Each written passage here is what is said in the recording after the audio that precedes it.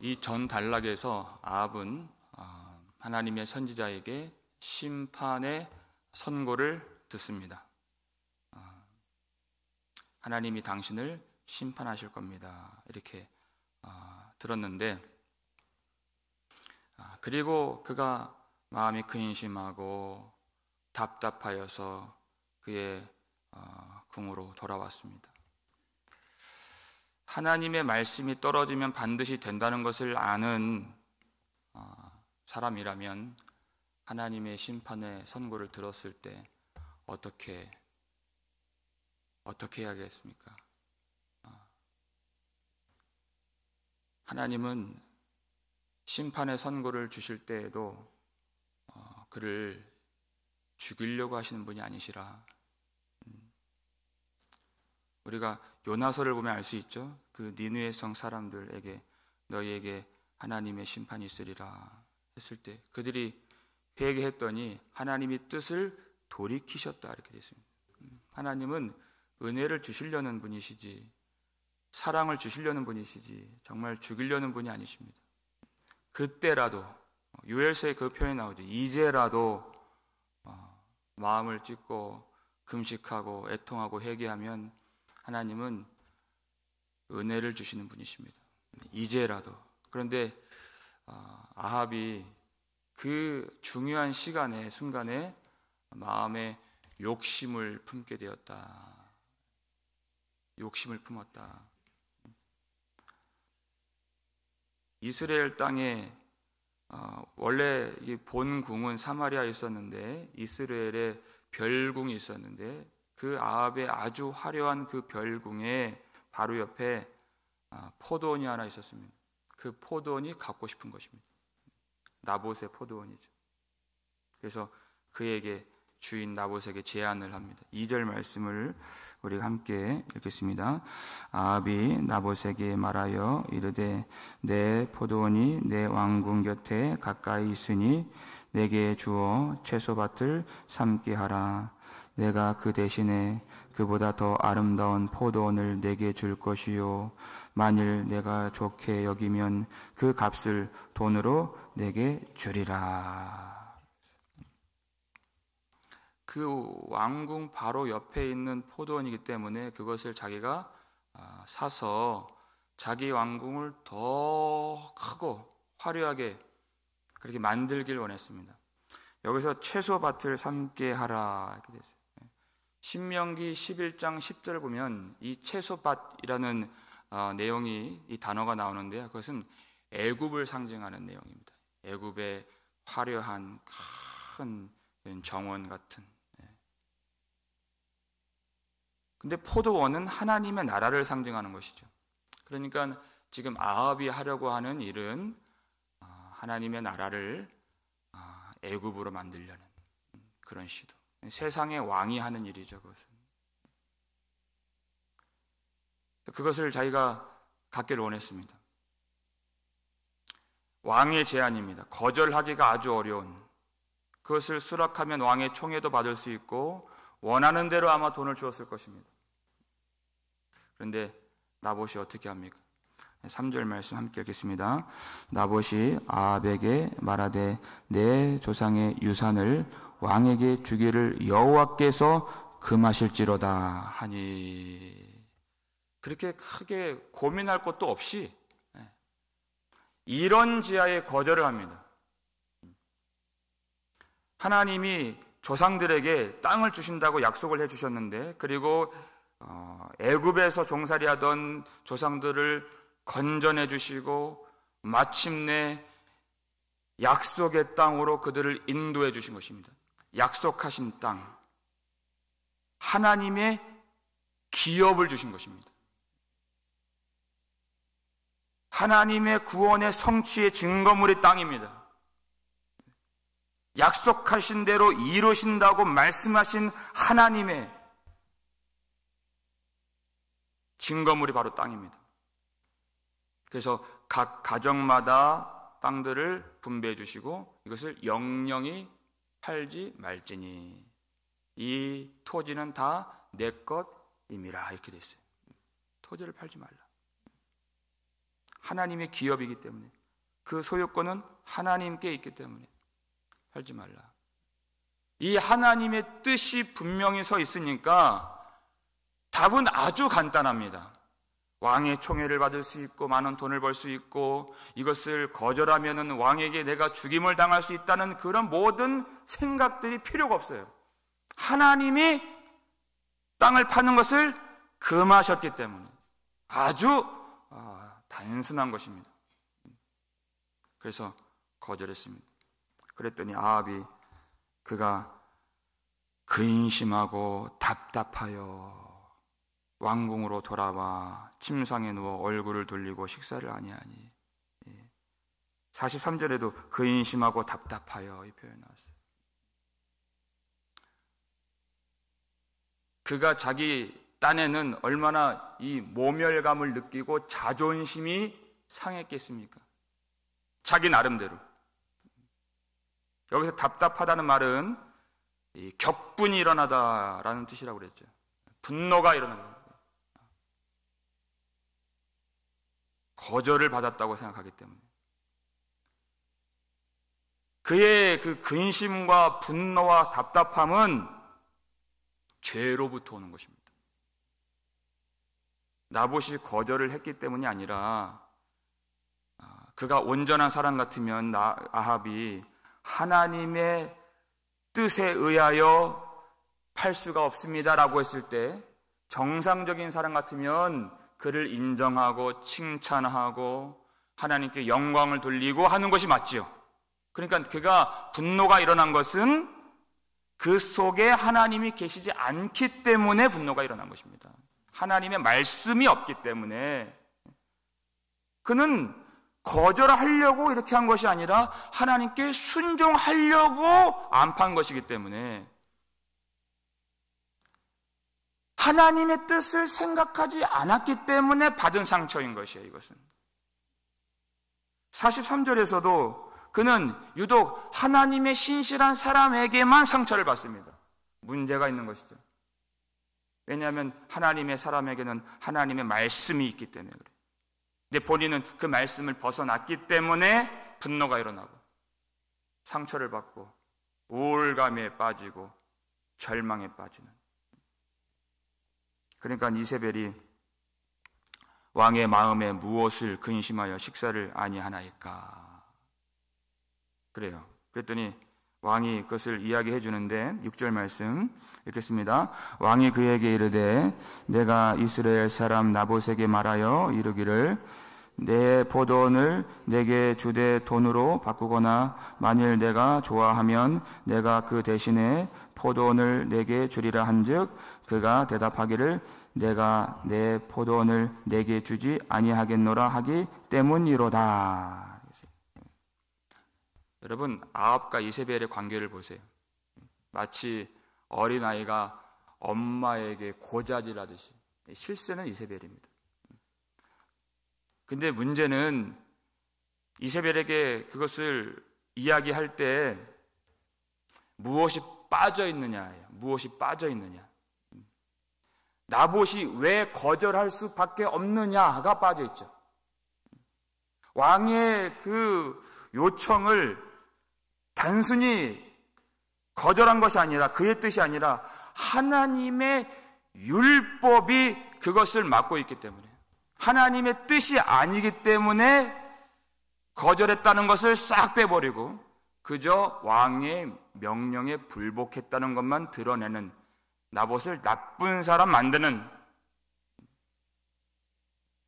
그 말을 하고 있는 것입니다. 그랬더니 그의 아내 이세벨이 그에게 이르되 왕이 지금 이스라엘 나라를 다스리시나이까 일어나 식사를 하시고 마음을 즐겁게 하소서. 내가 이스라엘 사람 나봇의 포도원을 왕께 드리리다 하고 이렇게 됐어요. 왕이 지금 이스라엘 나라를 지금 다스리고 있습니까? 그러고도 왕이라고 할 수 있습니까? 이 작은 일 때문에 그렇게 식음을 전폐하고 낙심하고 그럴 수가 있습니까? 이세벨을 볼 땐 너무 한심하기가 그지없는 것입니다. 이것 때문에 그거 하나 못 뺏어서 이러고 있는 게 답답하죠. 내가 그것을 드리리이다 그랬어요. 하나님이 금하신 건데 내가 그것을 줄 수 있습니다. 얼마나 교만한 말이지.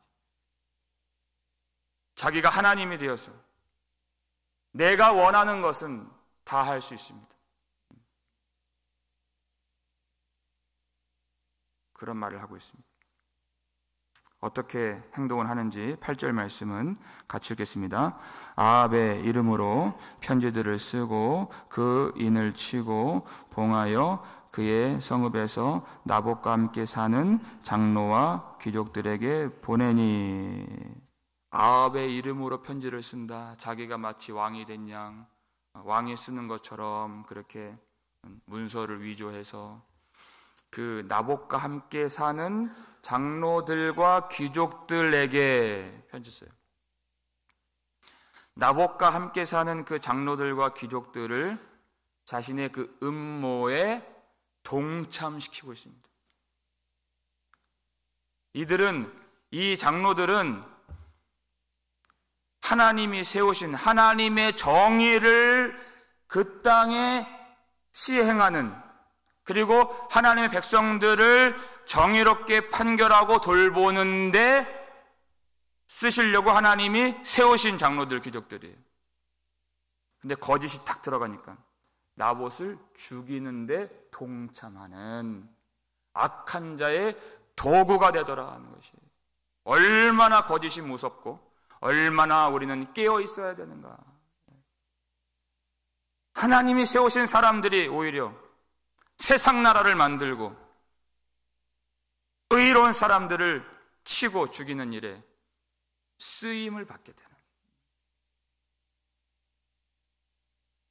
얼마나 우리가 깨어 있어야 되는가.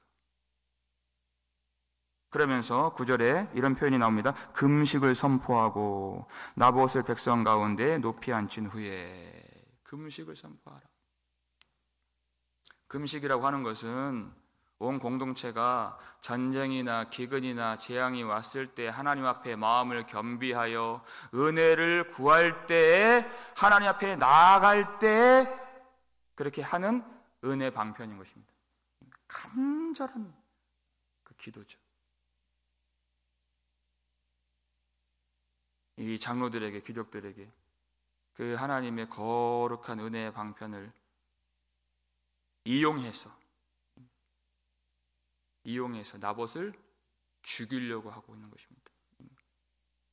하나님의 거룩한 예배와 말씀과 교회의 전통과 권위를 이용해서 자기의 뜻을 관철시키고, 그리고 어느 한 사람을 그렇게 죽이려고 합니다. 결정적으로 10절 말씀 읽겠습니다. 불량자 두 사람을 그의 앞에 마주 앉히고 그에게 대하여 증거하기를 내가 하나님과 왕을 저주하였다 하게 하고 곧 그를 끌고 나가서 돌로 쳐 죽이라 하였더라. 불량자 두 사람, 그 두 사람을 동원해서, 두 사람, 왜 두 사람입니까? 나봇을 높이 앉히라, 재판석에 앉히라, 모든 사람들이 다 볼 수 있게끔 피고석에 앉히라. 그리고 불량자 이 두 사람, 이 사람들이 증인의 역할을 하는 것입니다. 아무것도 본 것이 없지만 거짓 증인자들 되는 것입니다. 근데 왜 두 사람입니까? 율법이 증인을 세울 때 두세 사람의 증인을 세우라고 율법이 명했기 때문에 두 불량자. 거기다가 이 나봇이 하나님과 왕을 저주하였다라고 거짓 증언하게 시켰습니다. 레위기 24장 보니까 하나님을 저주하는 자는 돌로 쳐 죽일지니라 이렇게 되어 있어요. 백성들의 지도자를 저주하는 자는 이렇게 또 나와 있어요. 출애굽기 22장 28절에.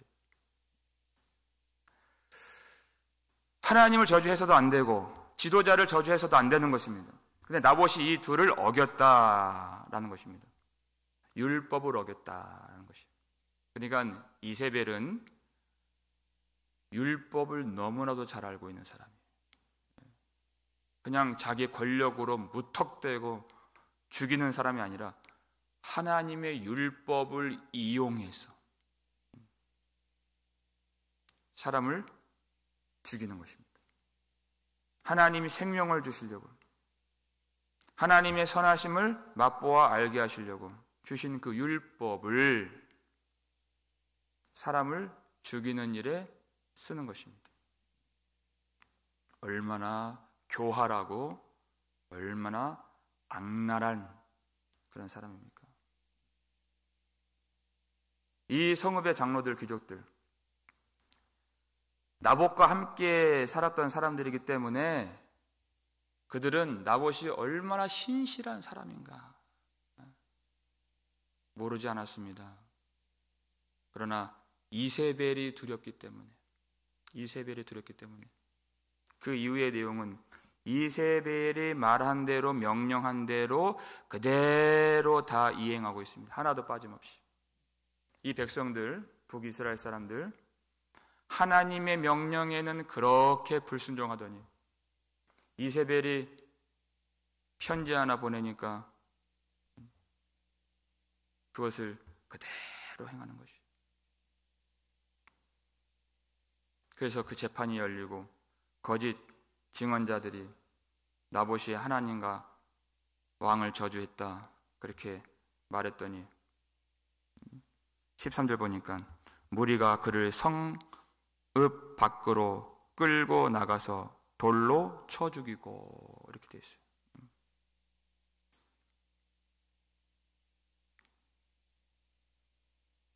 하나님의 정의가 무너지고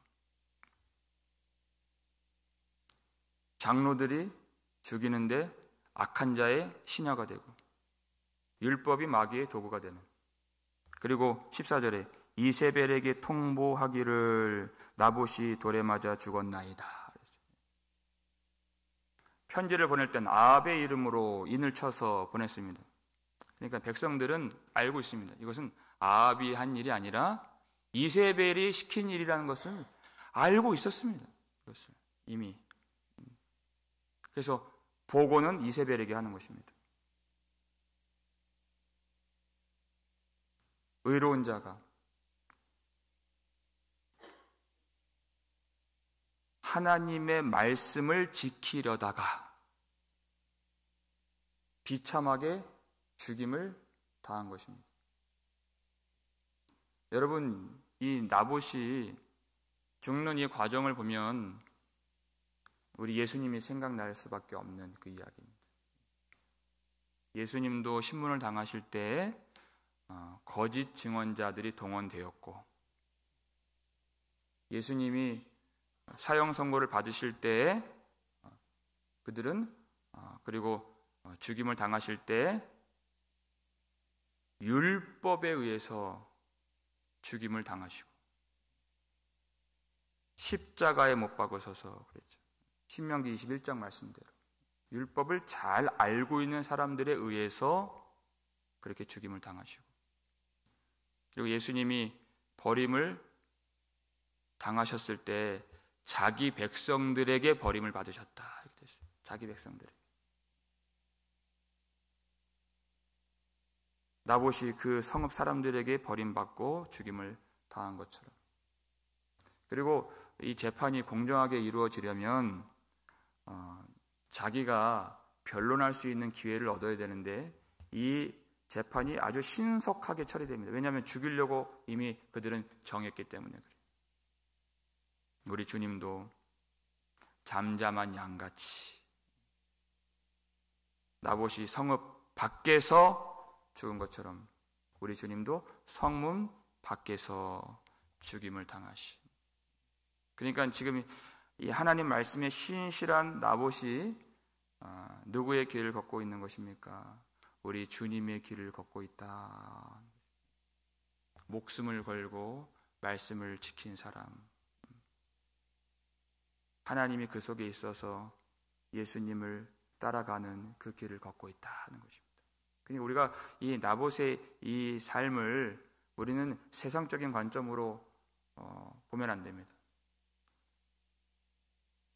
하나님의 그 은혜의 관점으로 나봇을 볼 필요가 있는 것입니다. 근데 우리에게도 마찬가지예요. 예수님이 우리가 예수님의 발자취를 따라간다 이렇게 되어 있죠.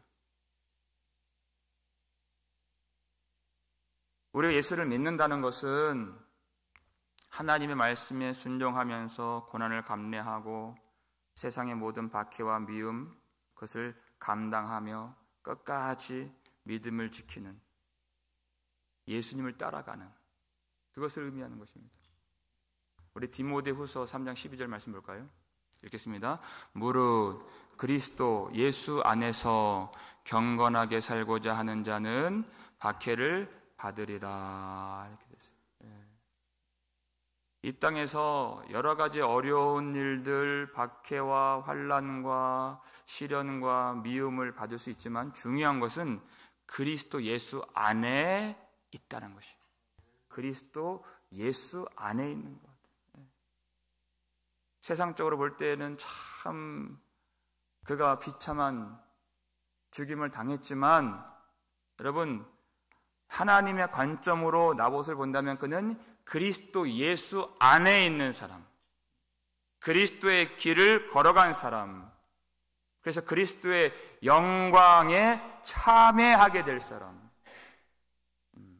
벌써 거기에 들어가 있죠. 나봇은 하나님의 나라 그 포도원을 지키기 위해서 그는 피 흘려 죽임을 당했는데 결국 그는 무엇을 얻었을까요? 이 땅에서는 아무것도 얻지 못한 것처럼 보입니다. 다 빼앗긴 것, 목숨까지 빼앗긴 것처럼 보여도 그는 하나님이 주시는 진짜 포도원, 하나님의 나라를 얻게 된 것입니다. 우리가 그 길로 간다는 것이 믿음이 있다는 것입니다.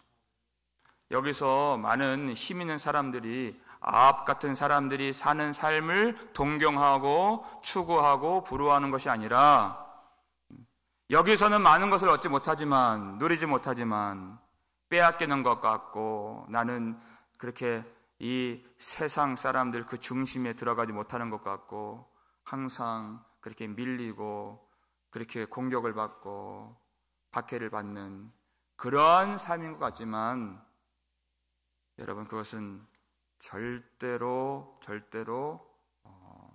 잘못 사는 것이 아닙니다.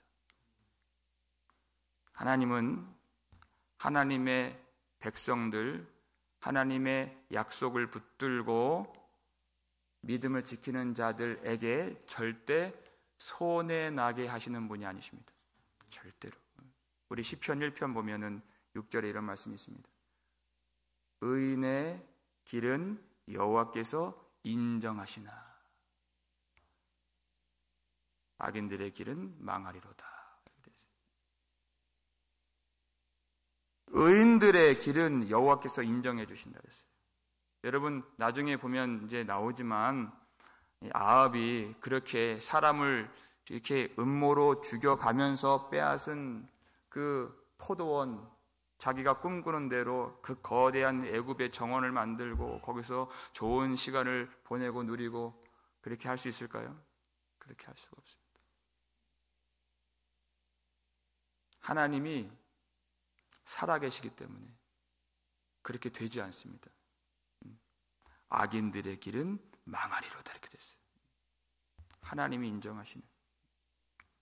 여러분 우리는 이 땅에서 무엇인가를 얻고 누리려고 사는 사람이 아니라 오로지 영원하신 하나님을 소유하고 하나님이 약속하신 영원한 기업을 얻기 위하여 우리가 이 땅에 태어나 예수를 믿고 하나님의 은혜 속에 우리가 사는 줄로 믿으시길 바랍니다. 우리는 다른 목적으로 여기에 있는 것이 아닙니다. 그런데 우리도 순간순간 이제 또 세상에 나아가서 살다 보면은 마음이 약해지고 세상 것들이 눈에 마음에 들어오게 되고 내 자신에 대해서 한탄하게 되고 근심하게 되고 할 때가 너무나도 많이 있습니다. 그래서 오늘 이 아침에 우리가 기도할 때 하나님 우리가 주의 말씀을 지키고 주의 약속을 붙들고 믿음을 지킬 수 있도록 하나님이 우리의 마음을 붙들어 주시옵소서. 목숨을 걸고 말씀을 신실하게 지킨 사람이 될 수 있도록 하나님 우리를 도와주시옵소서. 이 기도할 때 하나님이 우리는 연약하지만 성령께서 우리를 강력하게 붙들어 주시사 우리 믿음을 더하여 주시고 우리 육신의 눈으로 볼 수 없는 하나님의 영원한 기업의 영광을 보게 해주셔서 그 나라까지 끝까지 갈 수 있도록 생명 걸고 예배를 지키고 목숨 걸고 말씀을 지키고 우리 힘을 다해서 믿음을 지킬 수 있는 그런 신실한 하나님이 인정하시는 거룩한 삶이 될 수 있기를 주님의 이름으로 축원합니다.